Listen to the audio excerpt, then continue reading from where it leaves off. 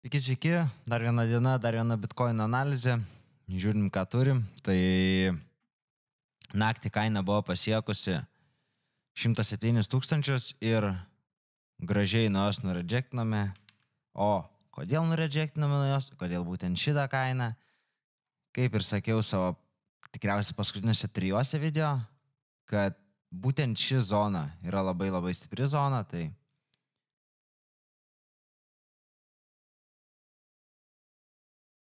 žiūrim idealiai, realiai per keliasdešimt dolerių.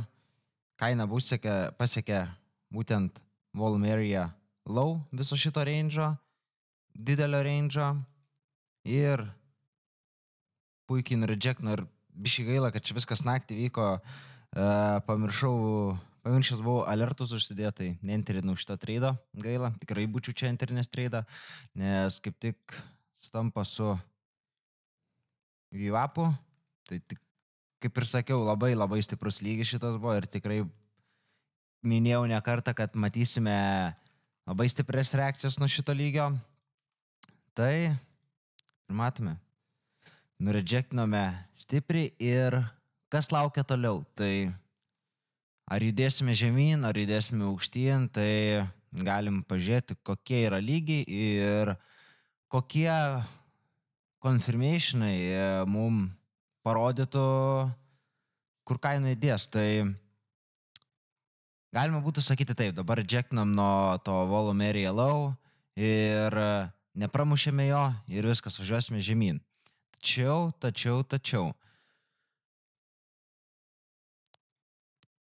paėmus šitą visą range'ą turim volume area low, kuris yra volume area high, viso šito mažesnio range'o ir kol mes jo nepramušėm, tai yra žemyn, tol šitas vikas nepatvirtina, kad jau esame pačiam tope ir kad jau važiuosime žemyn, nes žiūrint, tarkim, ir market struktūrą, tai turime higher low, higher high, higher low, higher high, galimai čia būtų higher low, nes nepramušėme dar šitų vikų ir važiuosime aukštyn.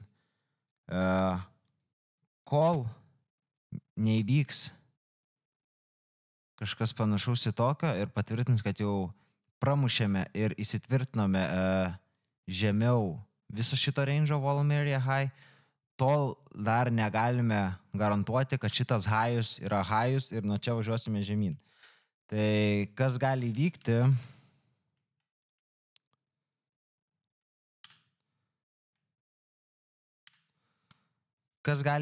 Tai galim pavažiuoti čia. Paimsim visą šitą range'o. Ką galime matyti? Šidėsiu klaviatūrą, kraut, nes išsikrauna. Negalėsiu spaudinėti. Ką galim pamatyti, tai dar galime testuoti vieną kartą šitą zoną.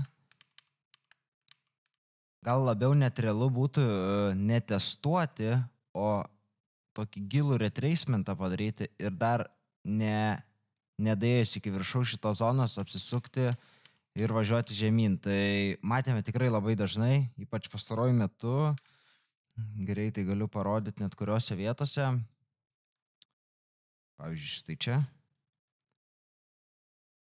Padarėme low'ą, rejectinome nuo low'o į viršų, grįžome labai giliai testavome, neišmušėme tų visų low'ų, bet labai giliai testavome ir važiavome į viršų. Taip pat čia padarėme high'ų, grįžome, tada labai giliai pratestavome ir važiavome tada tik tai žemyn. Tai galime šitą matyti ir čia, kad grįšime kažkur labai arti, pratestuosime ir važiuosime žemyn. Tai ko šiuo metu tikiuosi, ko laukiu, tai vis pirma gaila, kad aišku negalėjau čia enterinti shorto, tai jeigu gausiu galimybę, tikrai kažkur ties čia enterinsiu. O turime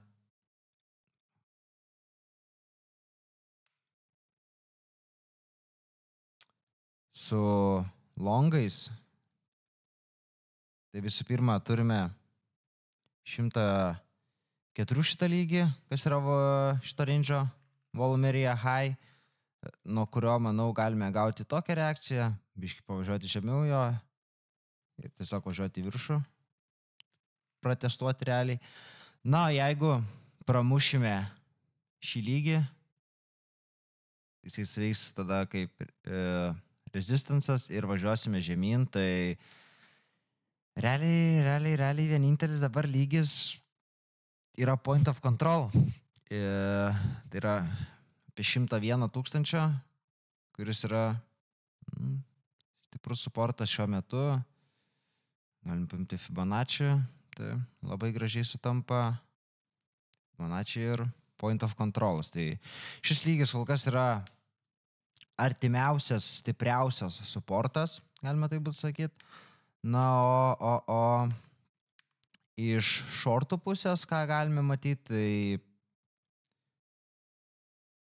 jeigu kilsime aukštyn, tai yra testuosime šitą volume area low, viso to didelio range'o, pramušime, pavirsai suportu ir važiuosime aukštyn, tai tikriausia vienintelis lygis šiuo metu yra 114 ir nėra jis toks jau labai stiprus lygis, taip galima būtų sakyti.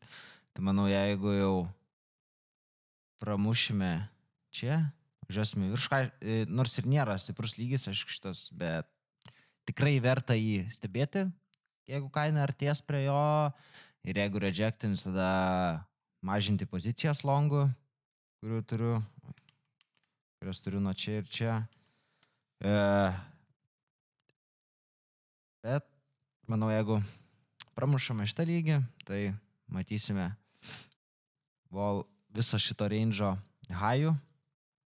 Ir jeigu jau pramušame high'ų, tai nematau jokių kliučių kol kas kainai neparmušti all-time high'us. Nėra kažkokių labai stiprių lygių, kad kaina, nuo kurių galėtų labai jau rejectint. Tai kol kas tiek. Scenarijai yra tokie, jeigu pramušame.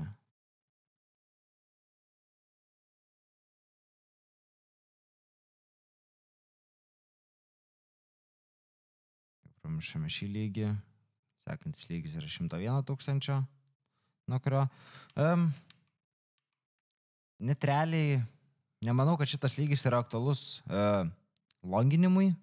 Gal labiau yra aktualus rizikos mažinimui longo, kurį turiu nuo šitų lygių. Tai jeigu matysiu, kad pramušame šitą lygį, uždarysiu dalį pozicijos tam, kad sumažinti riziką ir padidinti pelną, jeigu galiausia kaina nuvažiuos, tarkim, iki 101 tūkstančio ir grįž, tai galima bus tiesiog dėti prie pozicijos, o jeigu važiuosime žemyn, tai tiesiog didesnę dalį pozicijos būsiu uždaręs į profitą ir tiesiog daugiau pelno man bus. Tai kol kas tiek. Taip pasakiau tik tais apie longus, shortam, žinoma, turime šitą lygį, kurį galime tikrai realu pasiekti šiandien. Nėra jis taip toli nuo mūsų dabartinės kainos. Labai realu pasieks ir žiūrėsim, koją gausim reakciją ir žinoma, jeigu pramušame šitą lygį, tai galime važiuoti aukščiau iki 111 tūkstančių. Tai kol kas šiandien iš Bitcoino tiek. Kol kas mažam time frame esame tikrai gan bullish. Turime šiokį tokį mini range'ą. Nuo šitų kažkur low, jeigu paėmus.